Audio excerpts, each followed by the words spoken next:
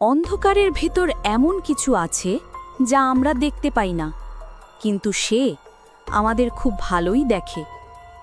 স্বাগতম হরর জোনে। সাহস থাকলে শেষ পর্যন্ত দেখবেন। আজকের গল্প শুরু হওয়ার আগেই সাবধান করে দিচ্ছি, চারপাশের আলো নিভে গেলে ছায়াগুলো কিন্তু নড়ে চড়ে ওঠে।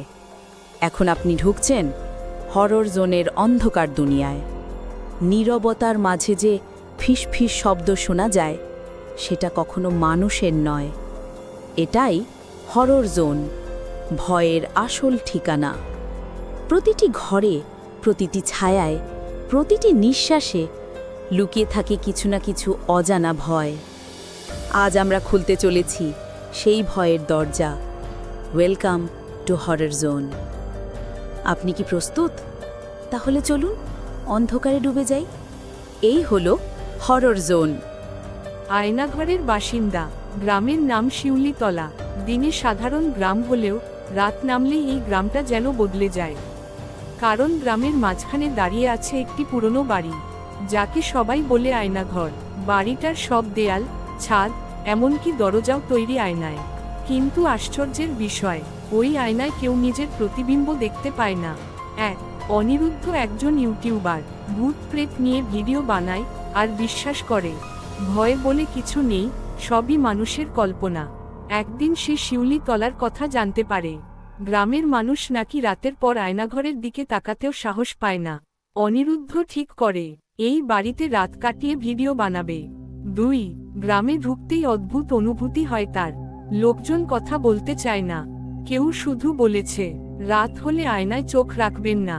অনিরুদ্ধ হেসে উড়িয়ে দেয় কথাটা। সেই সন্ধ্যার আগেই আয়নাঘরে ঢোকে। ভেতরে ঢুকেই তার বুক কেঁপে ওঠে। চারপাশে শুধু আয়না, হাজারটা আয়না, কিন্তু একটাতেও তার প্রতিবিম্ব নেই। 3.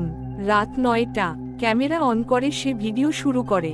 হঠাৎ পিছন থেকে শোনা যায় টিক টিক টিক, ঘড়ির শব্দ, কিন্তু বাড়িতে কোনো ঘড়ি নেই। অনিরুদ্ধ আয়নার দিকে তাকায়। এইবার সে দেখে আয়নায় একজন দাঁড়িয়ে আছে, কিন্তু সে অনিরুদ্ধ নয়। 4. লোকটার মুখ অনিরুদ্ধের মতোই, একই চোখ, একই চুল, একই পোশাক। শুধু পার্থক্য একটাই, ওর চোখের পাতা নেই।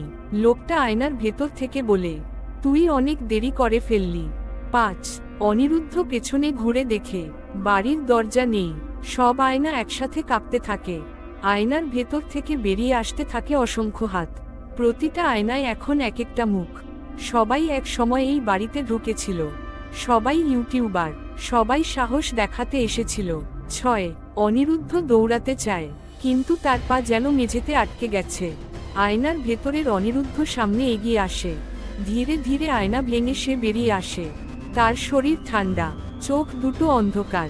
সে বলে, এই বাড়িতে একজনই থাকতে পারে, এখন তোর পালা। 7. হঠাৎ পুরো বাড়ির আলো নিভে যায়। 1 সেকেন্ডের জন্য সব থেমে যায়। তারপর আবার আলো জ্বলে ওঠে। এইবার আয়নার সামনে দাঁড়িয়ে আছে একজন অনিরুদ্ধ, হাসছে, ক্যামেরার দিকে তাকিয়ে বলছে, সব ঠিক আছে বন্ধুরা, এখানে কিছুই নেই। আর আয়নার ভেতর চিৎকার করছে আরেকজন। 8.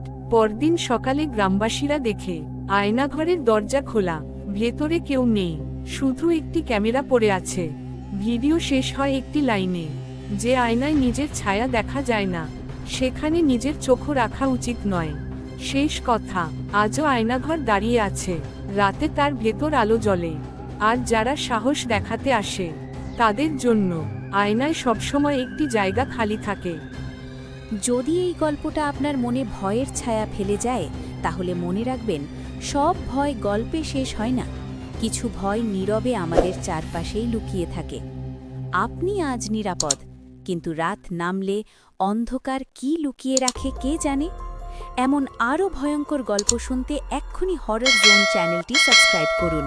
ভিডিওটি ভালো লাগলে লাইক দিন, আর সাহস থাকলে শেয়ার করুন, কিন্তু একা দেখবেন না।